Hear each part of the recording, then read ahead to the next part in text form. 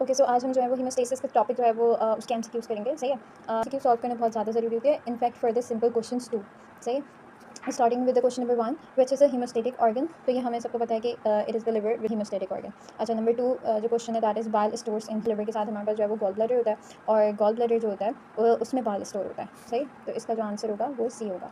अच्छा, तीसरा क्वेश्चन जो होता है वो है bile is poured into. Bile जो होता है वो पोर किसके अंदर हो रहा होता है? अच्छा, लिवर से जो होता है बाइल जो होता है वो इनटू द ड्यूडेनम हो रहा होता है, पोर बाय द बाइल डक्ट। तो duodenum will be it's answer. Question number 4 है बाइल कंटेन्स। अच्छा, बाइल में हमारे पास क्या क्या चीज़ें होती हैं? सॉल्ट्स होते हैं, कोलेस्ट्रॉल होते हैं, बाइल पिगमेंट्स, सारी चीज़ें होती हैं। तो इसका आंसर जो होगा वो ऑल ऑफ दैम। इसी तरह हमारे पास जो 5th क्वेश्चन है that is emulsification of salt in small intestine takes place. अच्छा, ये जो होती है इमल्सिफिकेशन क्या होती है? इमल्सिफिकेशन जो होती है that is the break down of the fats ना।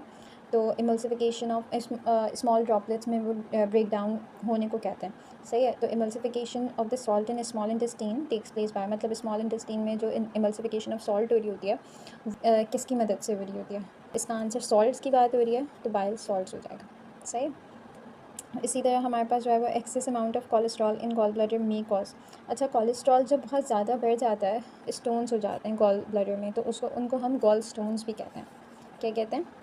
गॉल स्टोन्स भी कहते हैं, सही। ये 2 क्वेश्चंस हैं, इनके आंसर्स आप लोग मुझे बताएंगे कमेंट्स में, सही है। और ये भी बताएंगे what is mesothelium and dural membrane.